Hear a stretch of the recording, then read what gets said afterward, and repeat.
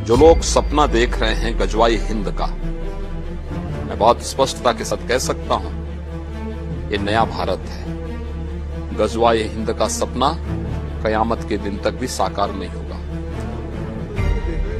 दोस्तों, मेरा नाम राशिद जहीर है और आप देख रहे हैं मेरा न्यूज चैनल जिसका नाम है न्यूज 9 टीवी। आपको मैं एक बात बताना चाहता हूं, आचार संहिता लगी हुई है। प्रधानमंत्री जी बराबर इर्द गिर्द में अपने बयान दे रहे हैं जो आचार संहिता के शायद उल्लंघन के अंदर आते हों। एक डिबेट में मैंने भी एक भारतीय जनता पार्टी के नेता से पूछा, इत्तफाक है सवाल कुछ इस तरह का था कि उसने जवाब दिया कि अगर चुनाव आचार संहिता के उल्लंघन में आता तो प्रधानमंत्री पर भी कार्रवाई होनी चाहिए, देखना चाहिए। ये उसके मुंह से निकल गया, बड़ी खबर है, पता नहीं उसकी जगह बनेगी या नहीं बनेगी। चलिए मैं आपको बताता हूं कि हमारे योगी आदित्यनाथ जी भी इसमें पीछे नहीं हैं। उन्होंने कहा कि गजवाए हिंद बनाना चाहते हैं कुछ लोग, यानी कि ये भूल गए कि किस तरह से जनता रिपोर्टर की एक रिपोर्ट थी, वो शायद डिलीट हो गई मेरे पास से, मुझे मिलेगी तो मैं स्क्रीन पर लगा दूंगा। लेकिन बहरहाल मैं आपको बताना चाहता हूं कि इस तरह की बात कही है कि गजवाए हिंद बनाना चाहते हैं। अब ये बताइए दर्शकों, समाजवादी पार्टी, बहुजन समाज पार्टी और कांग्रेस में गजवाए हिंद का कौन सा मौलाना मौजूद है? अब आप ये बताइए, जब जातियों में चुनाव बढ़ गया है, हिंदूवाद नहीं हो पाया है, भाई आपकी कोशिश रहती है कमंडल बनाम मंडल, मंडल बनाम कमंडल, यही तो कहते हैं। भाई कमंडल तो आपका है, हिंदूवादी कर दो, हिंदू मुस्लिम कर दो और जीत लो, है ना? वो हो नहीं पाया है क्योंकि आपने आपके कमंडल के अंतर्गत जो भी वर्ग आते हैं उन लोगों को बेरोजगारी, कोविड के गलत प्रबंधन पे, उन लाशों को उन्होंने देख लिया तो वो तो हो गए नीरस, अपने घर से निकल नहीं पा रहे हैं और उस मात्रा में वोट नहीं दे पा रहे हैं जिस मात्रा में वोट आपको चाहिए। अब आ जाते हैं हम उस मंडल पर। मंडल के अंतर्गत जो जातिगत हुए हैं, इधर जाट और मुसलमान जुड़ गए, उधर यादव मुसलमान तो ऑलरेडी पहले से थे, उधर तुम्हारा जो है स्वामी प्रसाद मौर्य, ओबीसी के बहुत सारे वर्ग, चाहे वो राजभर हो या महान दल के अंतर्गत हो, ये तमाम लोग आ गए। सोने पटेल, लाल पटेल की वाइफ भी आ चुकी हैं।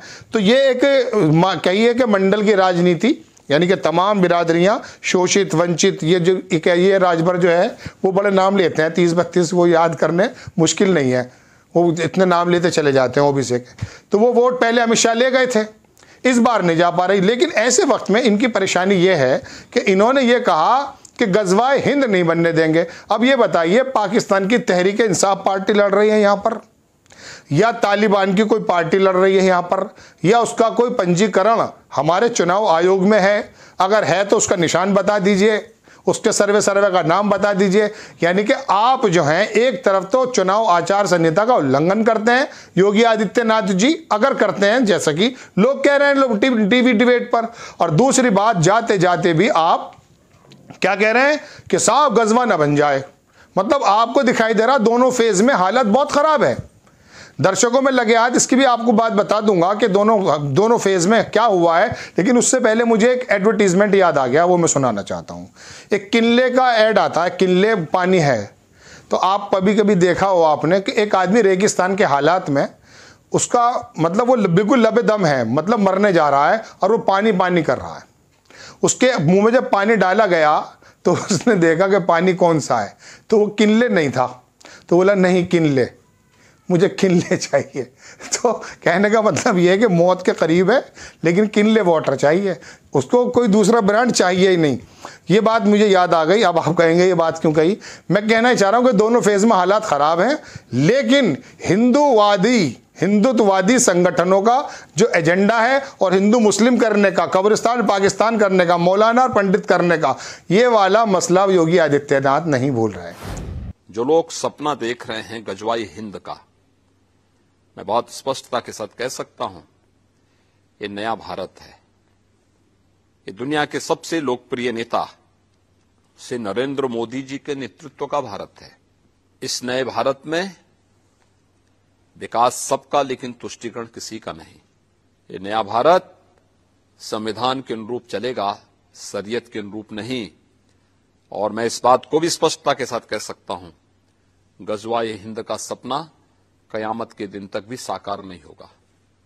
हमने देखा है खिंचाव। तो मैं इस बात पे मुझे ये मिसाल याद आ गई थी, लेकिन दर्शकों चलो मैं दोनों फेज की बराबर जल्दी बातें बता देता हूं। पिछले फेज की तो मैंने आपको बता दिया था कि 57 में से 53 भारतीय जनता पार्टी जीती थी। इस बार हालात खराब हैं, 25-30 सीटों का नुकसान उनको होने की उम्मीद जताई जा रही है और संभव है ये हो जाए, चूंकि 17% जाट हैं और यहां पर 30% 25% मुस्लिम है, तो ये मिल गए। और दूसरी बात, हिंदू जो वोट है, जो भारतीय जनता पार्टी को कहा जा सकता बनिया वोट कह सकते हैं, ठाकुर कह सकते हैं, वो थोड़ा कम पड़ा है। लेकिन इसके साथ साथ एक फायदे की बात यह है, लाभार्थी इसमें वाल्मीकि लोग हैं और जो बाकी जो थोड़े से ओबीसी जो अति पिछड़े लोग हैं और जो एससी के अंदर जो है गैर जाटव लोग हैं, उन्होंने लाभ की वजह से जब भाई हमें आटा भी मिल रहा है और साहब हमें जो है पैसे भी मिल गए हैं और घर भी मिल गए हैं, इसमें कोई दो राय नहीं, कुछ हालात मिले हैं कोविड की वजह से, उन लोगों ने अच्छा वोट किया। तो लेकिन वो जो है फिर भी उसके बावजूद एक बवंडर ये फैला हुआ है कि यहाँ पर ये हो गया। अब मैं आ जाता हूँ दूसरे फेज में।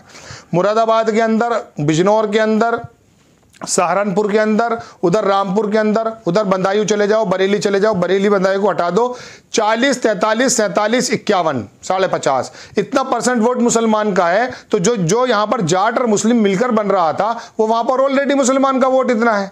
तो पिछली दफे भी 15 सीटें 55 में से जीत ली थी। तो इस बार जब पिछली वेव में 15 सीटें जीतनी, तो अंदाजा कर लो 15 दूनी 30 तो हो ही जाएंगी। हालांकि ये बात अलग है कि एक मुसलमान की उसमें काट सीट पे मुरादाबाद की 4 मुस्लिम खड़े हैं, लेकिन मुस्लिम को इस समय इंटैक्ट है पूरी तरीके से साइकिल पर।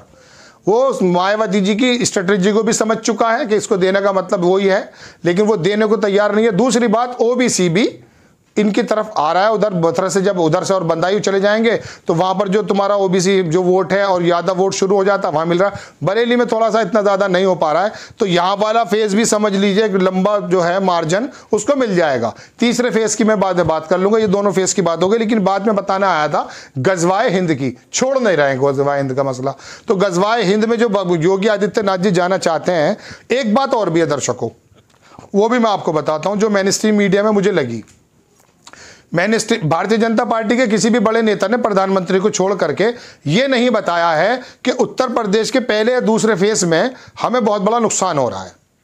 लेकिन ये बाकी लोग जो हैं बहुत ज़्यादा समाजवादी वाले और ये तुम्हारे सोशल मीडिया पे कि साहब हमने सूपड़ा साफ कर दिया, इसकी एक सहानुभूति लहर भी शायद जो बाकी फेज बचते हैं पूर्वांचल के, बुंदेलखंड के, वहां पर जा सकती है। और वहां का जो बटा हुआ वोट है, वो चाहे ब्राह्मण वोट बटाओ ठाकुर से या ठाकुर बटाओ या बाकी वोट बटे हो, कुर्मी हो, वो जो थोड़ा बहुत भारतीय जनता समाजवादी की तरफ आना चाहता है या कांग्रेस की तरफ जाना चाहता है, उसको अगर ये मैसेज जाएगा, जिस मास लेवल पे ये मैसेज पहुंचाना चाहते हैं, तो हो सकता है वो यूनाइट हो जाए। तो ये एक इसके पीछे जो है एक स्ट्रेटेजी हो सकती है कि साहब ऐसा हो सकता है।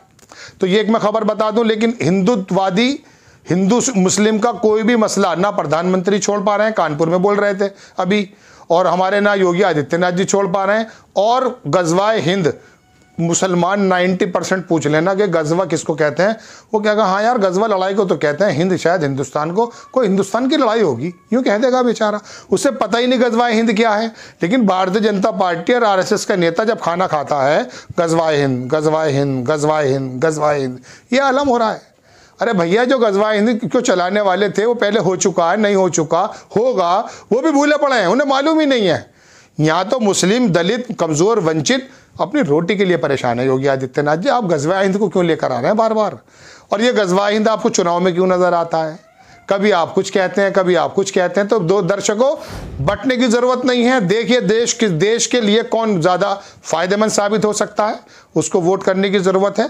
और भारत के हालात बाहर के क्या हैं वो मैं किसी और रिपोर्ट में आपको बताऊंगा। फिलहाल तो दोनों फेज हैं और हमारे योगी आदित्यनाथ जी के गजवाए हिंद को अल्फाज हैं जो मैं आपको देना आया था। नेक्स्ट टाइम किसी खबर के साथ आता हूं। जय हिंद।